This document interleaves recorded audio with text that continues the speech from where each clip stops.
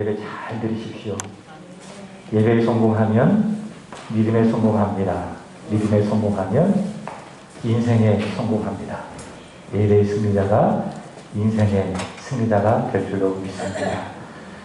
2월 중순인데 음력으로 따진다고 한다면 이제 새해가 되었습니다. 새해가 되면 하나님께서 우리에게 주실 복을 기대하며 이렇게 서로 인사하죠. 새해 주님 복 많이 받으십시오. 그렇게 인사하지 않겠습니까? 그래도 새해가 됐으니까 그렇게 한번 인사 좀 했으면 좋겠습니다. 새해 주님 축복 많이 받으십시오. 서로 인사하겠습니다. 올 한 해 하나님의 은혜 그리고 복 가운데에 기쁨과 기도와 감사가 충만하기를 주님의 이름으로 축복합니다.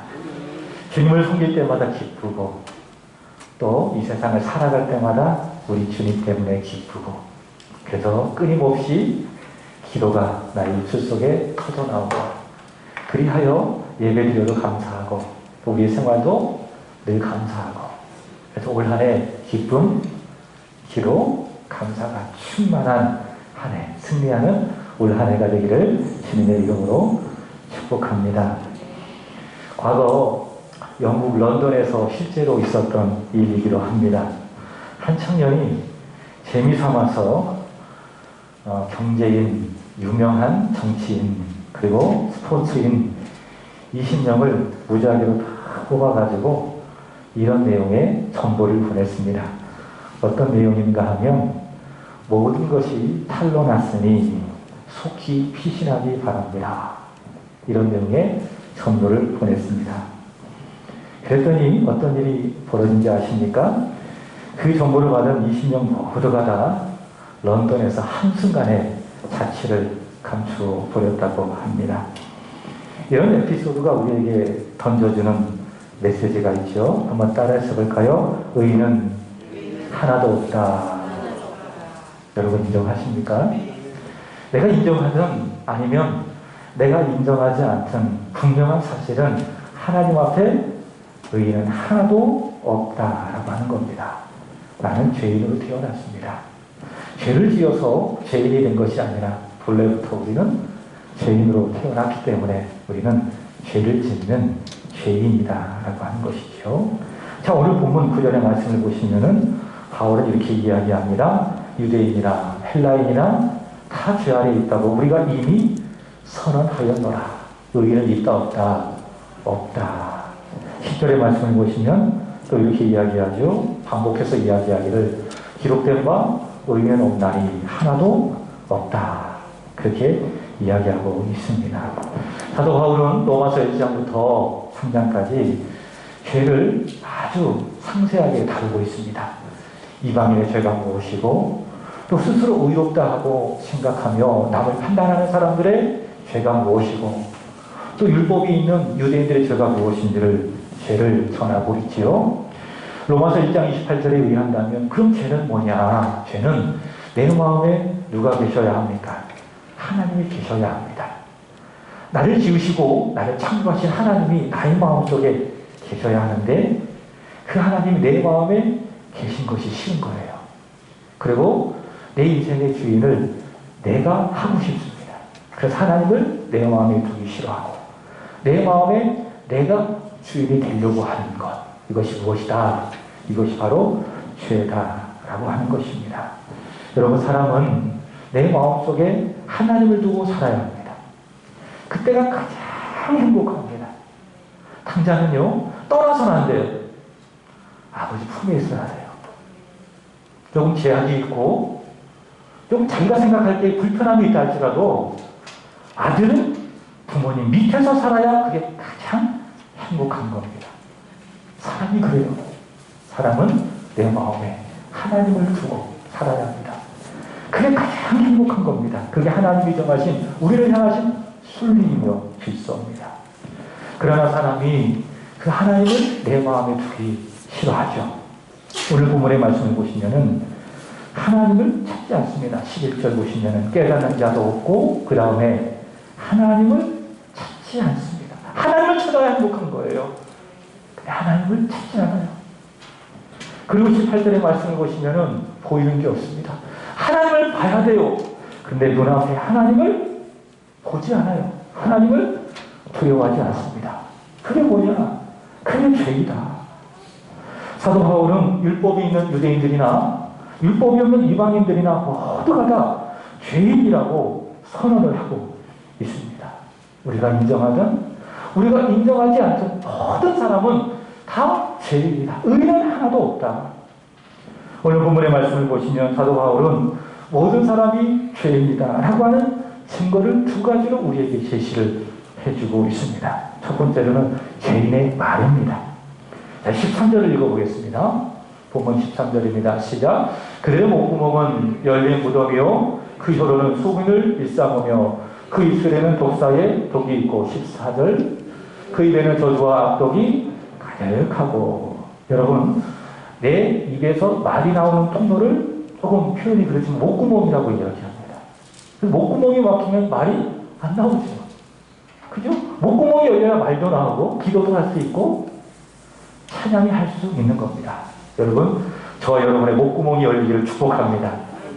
그래서 열심히 기도하고 열심히 예수님 전하고 누군가를 축복하고 세워주고. 근데 죄인의 목구멍이 마치 무엇과도 같은가? 열린 무덤과도 같다고 이야기해요. 그게 13절의 말씀이죠. 여러분, 무덤은요 닫혀 있어야 돼요. 근데 그 무덤의 문이 열려 있으면은 어때요? 그 안에 썩은 시체의 악취가 밖으로 나오게 되는 겁니다. 마찬가지로요, 죄인의 목구멍에서 나오는 말이 어떻다? 마치 썩은 시체와 같이 악취가 난다. 그래서 그 말에 속임이 있고 독사의 독이 있고 그 다음에 저주가 있고 악독이 가득하다라고 하는 거예요. 그래서 죄인의 입에서 나오는 모든 말은 다 죽이는 말이에요. 그래서 그런 말을 사람이 듣잖아요. 믿음은 들으면서 난다고. 어때요? 상처받아요. 그리고 그것 때문에 비관하고 심지어 죽기도 합니다. 그러나 생명의 말은 그렇지 않습니다. 생명의 말은 들으면 들을수록 소망이 생겨요. 어떤 절망도 다, 어떤 절망이 사라지고 있었던 절망이 다 사라지고 소망이 생겨요. 그게 뭡니까? 생명의 말입니다. 이번 명절 연휴 기간에 그 예능을 좀 제가 좀 봤어요. 저 개인적으로 예능을 별로 안 좋아합니다. 근데 예능을 좀 재밌게 본 곳이 하나 있습니다. 그게 뭐냐면 JTBC에서 하는 1호가 될 수 없어 라고 하는 그런 프로그램입니다. 여러분 아십니까? 이 개그맨 부부의 아주 리얼한 생활을 잘 보여주는 그런 프로그램인데, 여기 계신 분들은 항상 집에서 기도하고 말씀을 듣고 또 열심히 찬송만 불러서 TV를 전혀 안 보시는 것 같아요. 저는 TV를 봅니다. 개그맨 부부의 리얼한 일생 생활을 보여주고 있는 그런 프로그램인데, 이게 보고 있노라 하니까 웃프더라고요. 웃프더라고요. 뭔지 아세요? 웃기면서 슬프다. 그렇더라고요. 웃픈 그런 내용의 예능이었습니다. 특히 이 최양락, 팽현숙 부부의 그 아주 리얼한 그 부부의 생활을 보여주는 예능이었는데, 남편 최양락이 그 아는 분과 밤새 술을 마셨어요. 그리고 외박을 하고 들어왔습니다. 아내 팽현숙이 연락을 해도 받지를 않고, 그래서 남편 때문에 속상해서 그 어두운 데서 흑흑 울고 있는 거예요. 너무 속상하고 힘들어서. 그리고 그 슬픔이 화로 변합니다. 남편에게 무척 화가 나서 서로 막 다툽니다. 근데 그런 내용인데, 남편이 외박을 하고 아침에 들어왔습니다. 그랬더니 아내가 너무 화가 나가지고 남편을 향하여 소리 지릅니다. 야! 그러면서 이제 다툼이 막 시작이 되는 겁니다. 아내가 이렇게 이야기합니다. 나한테 미안하다고 사과하면 될 것을 왜 적반하장으로 화를 내? 당신은 지금 반항적으로 나에게 하고 있잖아. 그랬더니 남편이 이렇게 이야기합니다. 이봐, 반항은 아랫사람이 윗사람한테 하는 거야. 내가 당신 아랫사람이야? 그랬더니 아내가 이렇게 이야기합니다. 나이 먹어서 이렇게 살고 싶어? 살고 싶냐고. 빌부터 사는 것도 하루 이틀이지. 남편이 화가 났어요. 뭐? 내가 빌부터 살아? 아내가 이렇게 이야기합니다. 당신 하는 일도 없으니 나한테 빌부터 살잖아. 그래서 남편이 큰 충격을 줬습니다. 앞으로 그럴 거라면 갈라서 편하게 나가서 살아. 제가 예능이라서 굉장히 리얼하게 표현해야 되는데 그렇게 하지 못해서 제가 한번 나중에 한번 보세요. 웃어요. 물론 설정인지 아니면 리얼인지 정확하게 알 수 없습니다. 그러나 저는 이 두 부부의 대화를 보면서 그동안에 살아오면서 많은 상처를 주었다, 받았다. 그런 것이 그 대화를 통해서 나타난다라는 생각을 해보았습니다. 여러분, 그 입에서 나오는 말이 어때요? 상대방을 축복하는 말이에요? 아니죠. 상대방에게 큰 아픔과 상처를 주는 말이 아닐 수 없습니다. 죄인의 입에서 나오는 말은요, 생명의 말이 아니에요. 죽이는 말입니다. 그런 말을 많이 해요. 여러분, 우리도 그렇지 않겠습니까?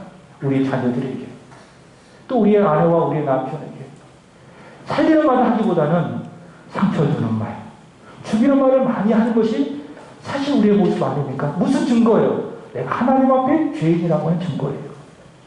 두 번째는 발입니다. 15절의 말씀을 보시면은 그 발은 피 흘리는 데에 빠른지라. 그 발은 피 흘리는 데에 빠른지라.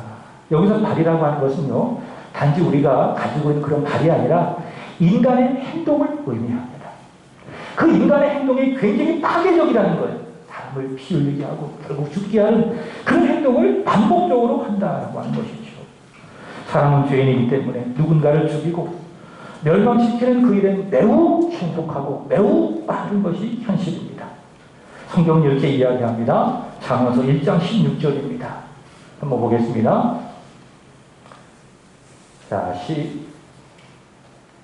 자, 보겠습니다. 시작. 대저 그 발은 악으로 달려가며 피를 흘리는데 빠른 이라. 이게 죄인의 발, 죄인의 행동이라는 거죠. 악을 좋아해서 악으로 달려가며 누군가를 향하여 피를 흘리는데 매우 신속하고 빠르다. 이사야 59장 7절입니다. 시작. 그 발은 행악하기에 빠르고 무지한 피를 흘리기에 신속하니 그 생각은 악한 생각이라 황폐와 파멸이 그 길에 있으며. 이게 악인의 모습이라는 거예요. 악을 행하는데 굉장히 신속하고 빠르다. 의인은 그렇지 않아요. 시편 119편 60절의 말씀을 보시면 어떤지 아십니까? 하나님께서 말씀해 주시잖아요. 그런 의인은 지키는데 굉장히 신속해요. 지체하지 않아요. 그게 의인의 모습이에요. 여러분, 하나님께서 말씀하시잖아요. 생각할 거 없어요. 내 생각보다 더 크신 하나님이 나에게 말씀해 주시는데 무슨 내 생각을 더 붙일 필요가 뭐가 있겠어요? 말씀하시면 신속히 행하시면 되는 겁니다. 그게 믿음입니다. 그게 의인의 참 모습입니다. 그러나 죄인은 그렇지 않다.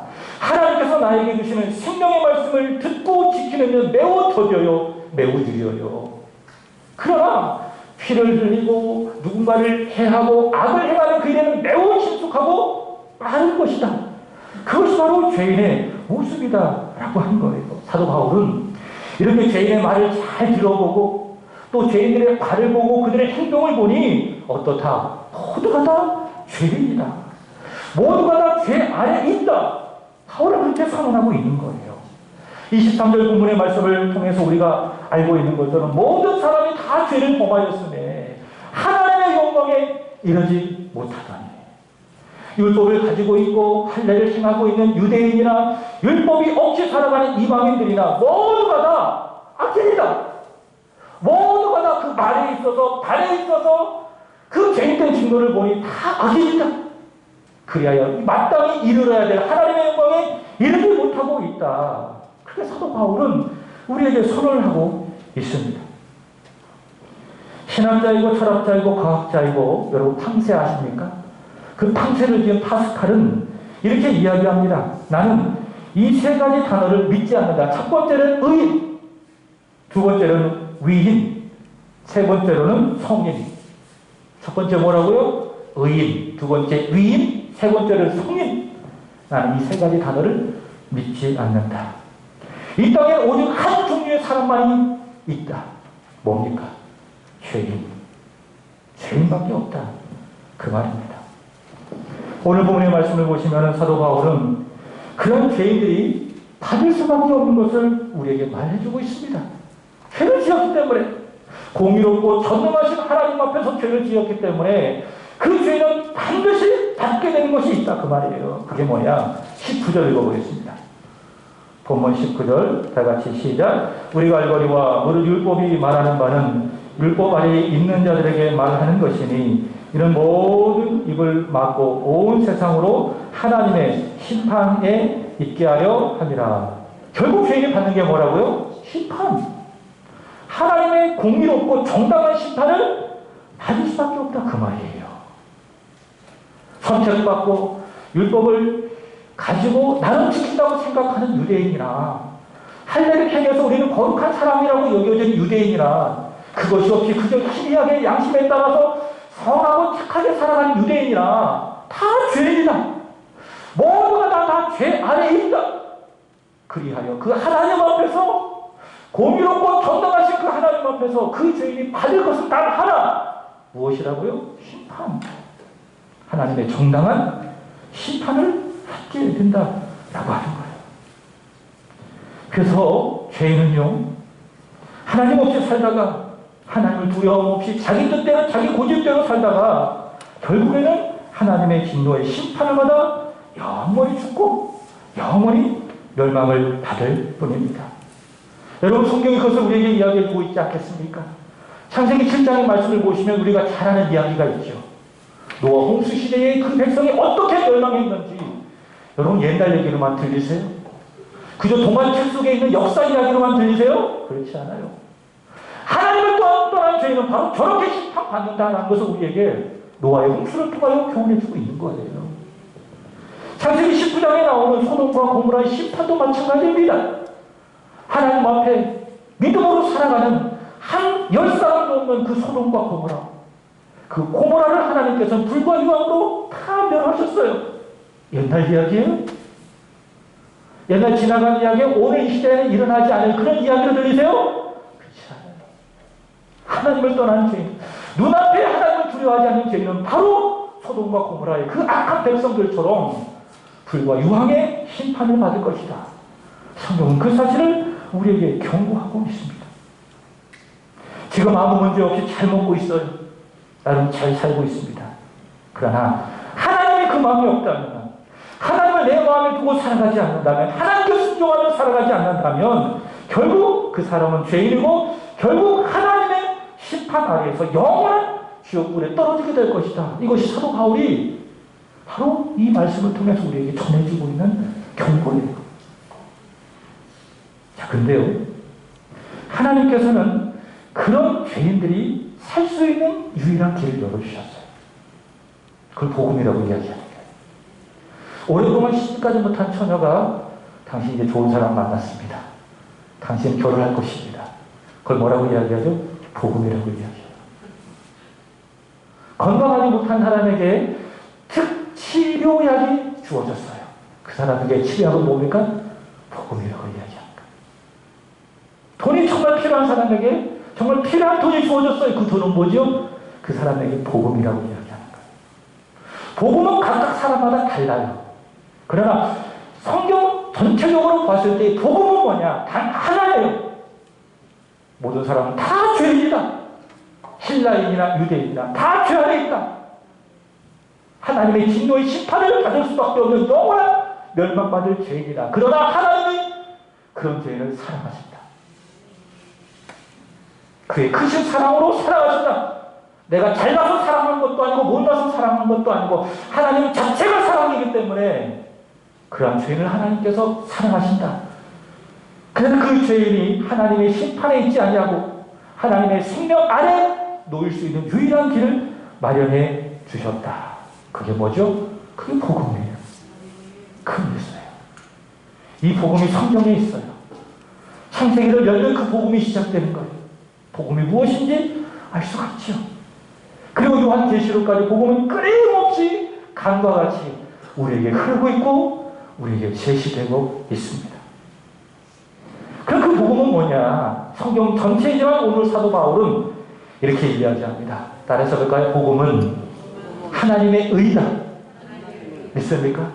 죄인이 구원받고 하나님의 영원한 자녀로 살아갈 수 있는 유일한 복음. 그 복음은 뭐냐? 오늘 사도 바울은 말합니다. 하나님의 의다. 죄인이 멸망하지 않고 살 수 있는 유일한 길은 뭐냐? 하나님의 의다. 오늘 사도 바울은 그렇게 이야기하고 있어요. 그럼 하나님의 의는 뭐냐? 사도 바울은 예수 그리스도라고 이야기해요. 첫 번째, 복음은 뭐다? 예수 그리스도이시다. 자, 21절 보세요. 자, 시작. 이제는 율법에 의해 하나님의 한 의가 나타났으니 율법과 선지자들의 증거를 받은 것이니라. 아멘. 자, 율법이 증거했대요. 선지자가 증거했대요. 율법은 누가 기록했지요? 모세가 기록했습니다. 그 율법을 기록한 모세가 증거를 했대요.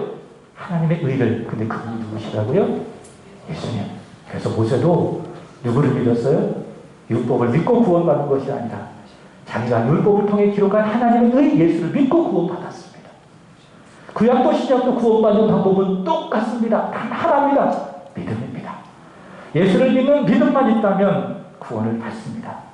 율법을 기록한 모세가 하나님의 의 예수를 증거했대요. 두 번째로는 누구의 증거를 받았습니까? 선지자의 증거를 받았습니다. 구약의 대표적인 선지자가 누가 있죠? 이사야 선지자는 하나님의 의를 증거했어요. 그게 대표적으로 이사야 53장 아니겠습니까? 그는 실로 우리의 죄를 지고 우리의 죄를 담당하여 고난을 받으셨도다. 선지자 이사야는 하나님의 의 예수 그리스도를 증거했습니다. 마가복음 9장의 말씀을 보시면 변화산에서 예수 그리스도께서 두 사람을 만났습니다. 첫 번째는 모세를 만났습니다. 단 한 사람은 누굽니까? 엘리야를 만났습니다. 모세는 누구를 말하는가 하면 율법을 대표하는 사람이에요. 엘리야는 선지자를 대표하는 사람이에요. 율법과 선지자를 대표하는 모세와 엘리야가 증거한 거예요. 하나님의 의는 누구시다? 예수 그리스도이시다. 오늘 본문을 기록하고 있는 사도 바울도 정확하게 다시 한번 이야기하는 거예요. 죄인을 구원할 하나님의 의는 단 한 분이시다. 그분은 바로 예수 그리스도이시다. 고린도전서 1장 30절을 한번 보겠습니다. 시작. 너희는 하나님으로부터 나서 그리스도 예수 안에 있고 하나님으로부터 나와서 우리에게 지혜와 의로움과 거룩함과 구원함이 되셨느니라. 아멘. 예수는 하나님으로부터 오셨대요. 그래서 우리에게 있어서 무엇이라고? 지혜라고요. 그리고 우리의 의로움이시래요. 우리의 거룩함이시고 우리의 구원이라 하십니다. 하나님의 의 예수 그리스도가 누구시다? 우리 죄인을 구원할 하나님의 의. 바로 그분이시다 라는 것을 우리에게 말해주고 있어요. 두 번째로는 그 다음에 하나님의 의는 뭐냐? 첫 번째 예수 그리스도이지만은 그가 감당하신 십자가를 그게 바로 하나님의 의예요. 아멘. 죄인을 구원할 하나님의 의는 예수님. 그 다음에 십자가. 24절 보세요. 본문 24절입니다. 시작. 그리스도 예수 안에 있는 성령으로 말미암아 하나님의 은혜로 값없이 의롭다 하심을 얻은 자 되었느니라. 아멘. 그리스도 예수 안에 있는 성령이라는 단어를 주목하시기 바랍니다. 성령은 뭐냐? 죄인이 값을 치르고 자유하게 된 거예요. 저와 여러분은 죄인이었습니다. 죄가 우리를 지배했어요. 그게 억압인지도 모르고 우리는 그 죄 가운데 살아 있었어요. 그러나 하나님이 예수를 십자가에 달려 죽게 하심으로 말미암아 우리의 죄값을 다 치르셨어요. 그래서 요한복음 19장 31절의 말씀을 보시면 예수께서 뭐라고 말씀하셨습니까? 다 이루었다. 내 죄값을 다 지불하셨대요. 내가 과거에 지었던 죄? 오늘 내가 지었던 죄라 할지라도 아니 앞으로 내가 살아가며 지었던 많은 죄까지도 우리의 구주 예수 그리스도께서 십자가에서 죽으심으로 말미암아 다 그 값을 지불하셨대요. 그게 뭐예요? 예수님 다 끝났다. 다 지불했다. 그게 뭐예요? 속량이에요. 그래서 우리는 그 속량을 통하여 죄로부터 자유하게 된 거예요. 하나님의 의는 뭐냐? 예수 안에 있는 속량이다. 그분이 나를 위해서 감당하신 십자가라는 거예요. 25절을 보세요. 또 십자가에 대해서 이렇게 이야기합니다. 이 예수를 하나님이 그의 피로 믿음으로써 말미암아 화목제물로 세우셨으니 하나님이 예수를 십자가에 달려 그의 피를 흘리게 함으로 말미암아 그를 하나님과 우리 사이에 화목제물로 세워주셨다라고 하는 거예요. 그의 피가 뭐예요? 십자가입니다. 하나님의 존귀하신 아들이, 죄도 없고 흠도 없는 그 하나님의 존귀하신 아들이 왜 피를 흘리셨어요? 내가 흘려야 돼요. 내가 죽어야 돼요. 그러나 하나님은 그렇게 하기를 원치 않으셨어요. 나를 대신해서 예수를 십자가에 달려 피를 흘리게 만드셨어요. 그래서 우리의 모든 죄를 다 해결하시고 하나님과 우리 사이에 화목을 이루어주셨어요. 그게 뭐예요? 그게 십자가예요. 그게 보혈이에요. 보혈을 붙잡으면요, 하나님과 우리 사이에 화목이 이루어져요. 내 실력으로 되는 줄 아세요? 내가 가지고 있는 소유로 되는 줄 아세요? 어림도 없습니다. 내가 하나님과 화목할 수 있는 유일한 길은 단 하나예요. 예수 그리스도의 십자가예요. 그의 피를 믿는 믿음밖에 없습니다. 교회를 하나 되게 한 것도 마찬가지입니다. 우리의 실력으로 돼요? 우리가 한번 심사해봅시다라고 우리의 마음가짐으로 되는 줄 아세요? 절대로 그렇지 않습니다. 한계가 있어요. 어려워요. 안에 불가능해요. 교회가 하나 되게 할 수 있는 것, 서로 화목할 수 있는 유일한 길은 단 하나예요. 십자가예요. 그의 피인 것입니다. 그래서 하나님의 의는 뭐냐? 십자가다. 예수 그리스도께서 죄인을 위해서 감당하신 그의 십자가, 그것이 바로 하나님의 의라. 오늘 바울은 이야기하고 있습니다. 근데요, 죄인이 살려고 하면 다시 말해 하나님의 진노의 심판을 받지 않고 영원히 살려고 하잖아요. 그러면 그 하나님의 의를 내 것으로 만들어야 돼요. 여러분 성경을 쭉 읽다가 읽는 것마다 여러분의 것이 되기를 주님의 이름으로 축복합니다. 다른 사람의 것이 돼서는 안 돼요. 김 목사의 것도 돼서는 안 돼요. 여러분의 것이 되어야 하는 거예요. 하나님, 내가 오늘 하나님의 말씀을 읽습니다. 말씀을 듣습니다. 이 말씀이 내게 되게 해주세요. 내 영혼에 살이 되게 하여주시고 내 영혼에 피가 되게 해주세요. 그런 마음을 갖고 여러분 하나님의 말씀을 대하셔야 되는 거예요. 여러분 죄인을 구원한 하나님의 의, 예수 그리스도 그의 십자가가 내 것이 되게 한 것이 있어요. 그게 뭐냐? 그것이 뭡니까? 믿음이에요. 믿음. 믿음으로 말미암아 하나님의 의는 내게 되는 거예요. 믿음이 뭐라고 이야기했죠? 나를 여는 거예요. 나를 깨트리는 거예요. 나를 막 흔드는 거예요. 그래서 내 안에 내가 없고 오직 예수로 충만한 게 그게 믿음이에요. 나를 활짝 열고 예수님을 받아들이는 거예요. 그것이 바로 믿음이다. 그래서 신념과 틀려요. 신념에는 예수가 없어요. 근데 많은 사람들이 신념대로 살지 않겠습니까? 또 그 신념을 위해서 자기 목숨을 버리지도 않겠습니까? 훌륭해 보이죠. 그러나 그 신념이 절대로 자기를 구원하지 못해요. 나를 구원하는 것은 오직 믿음이에요. 나를 열고 나를 깨트리고 나를 흔드는 예수를 받아들이는 그 믿음만이 나를 구원한다라고 하는 거예요. 22절 보세요. 읽어보겠습니다. 시작. 예수 그리스도를 다시 시작. 곧 예수 그리스도를 믿음으로 말미암아 모든 믿는 자에게 미치는 하나님의 의니 차별이 없느니라. 아멘. 이 말씀 속에 무엇이 강조되고 있어요? 믿음이 중요하다. 하나님의 의 예수 그리스도와 그의 십자가를 내 것으로 삼는 무엇이 중요하다? 믿음. 그 믿음이 중요하다. 나를 열고 나를 깨뜨리고 나를 흔들어서 예수님을 믿으면 하나님의 의가 내 것이 되는데, 그래서 유대인이나 이방인이나 차별 없이 모두가 다 그 하나님의 의로 말미암아 거룩하고 의롭게 된다라고 하는 거예요. 이런 의미입니다. 이제 레위기가 이제 오늘부로 다 끝났어요. 전혀 모르는 것처럼 그런 표정을 하고 계시는데 내일은 민수기 1장 2장을 읽게 될 건데 이러시면 안 됩니다, 여러분. 여기서 이러시면 안 됩니다. 꼭 성경을 읽으십시오. 한번 따라서 볼까요? 성경을 안 읽으면 사람이 아니다. 아멘? 성경을 꼭 읽으세요. 사람이 사람답게 살려면 어떻게 해야 돼요? 성경 읽어야 돼요. 성경 안 읽잖아요? 그건 짐승이에요. 제 얘기가 아니에요. 잠언이 그렇게 이야기하고 있습니다. 사람답게 살려면 어떻게 해야 된다고요? 성경을 펴고 성경을 부지런히 읽어야 돼요. 성경 읽으면요, 성공의 순간에 교만하지 않아요. 성경 부지런히 읽잖아요. 실패의 순간에 낙심하지 않아요.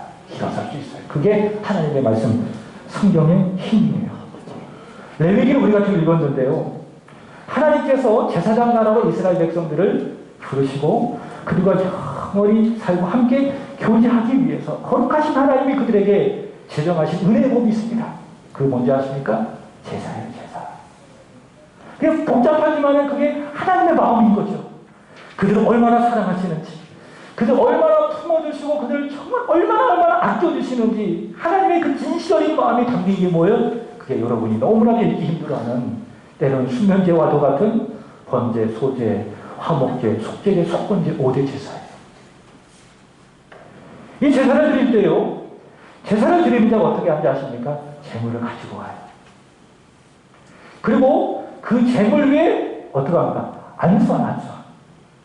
그러면 어떤 영적인 일이 벌어지는가 하면 내 죄가 그 재물에게 이렇게 전가가 되는 겁니다.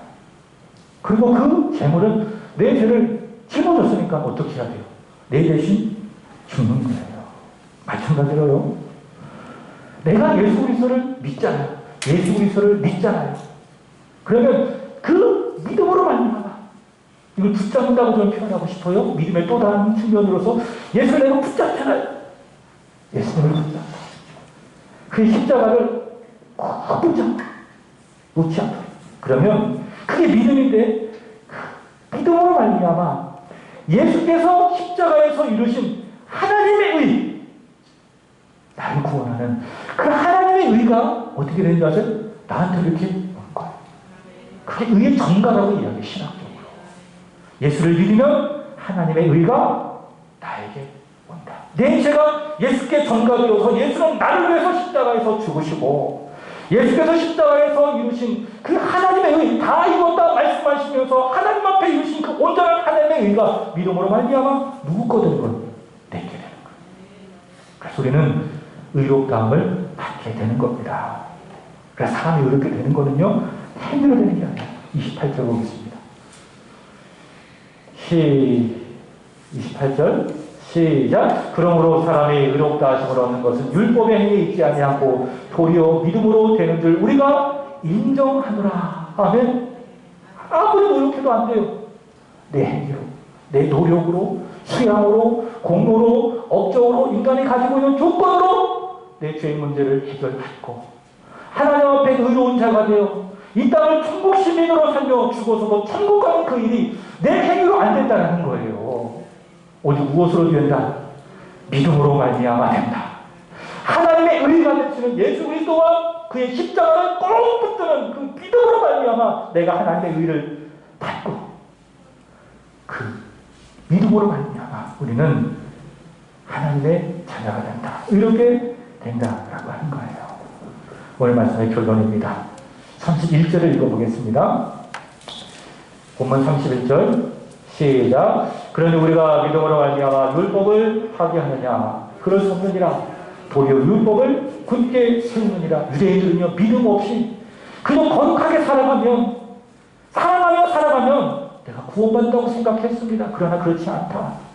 바로 분명히 이야기하는 거죠. 그런 행위로 너의 노력으로 의롭게 되고 구원받는다고 생각하지 마. 그렇게 하면 할수록 너는 하나님 앞에 죄인이라는 것이 분명하게 드러날 뿐이야. 네가 의롭게 되는 것은 오직 하나님의 의, 예수 그리스도와 그의 십자가를 받아들이는 그분을 붙잡는 믿음으로 말미암아 되는 거야. 그렇게 이야기하면서 그러면 율법은 뭐냐? 율법이 파기되는 것이냐? 율법이 사라지는 것이냐? 그렇지 않다고 이야기해요. 오히려 그 믿음을 가지면은 율법의 정신을 굳게 세운다는 거죠. 그 율법의 정신은 뭐냐? 제가 아침에 깊이 묵상하면서 두 가지를 정리해왔습니다. 첫 번째는 거룩이에요. 거룩하게 된다. 율법은 우리에게 뭘 요구합니까? 거룩해라. 하나님 분명히 말씀하지 않으셨습니까? 내가 거룩하니 너희도 거룩해라.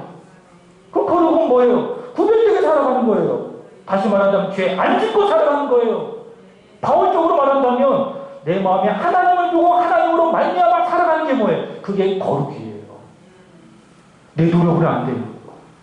내 행위로도 거룩하게 살아갈 수 없다 그 말입니다. 그러나 믿음의 주요도로 나를 온전케 하시는 예수 그리스도와 그의 십자가를 내가 바라보잖아요.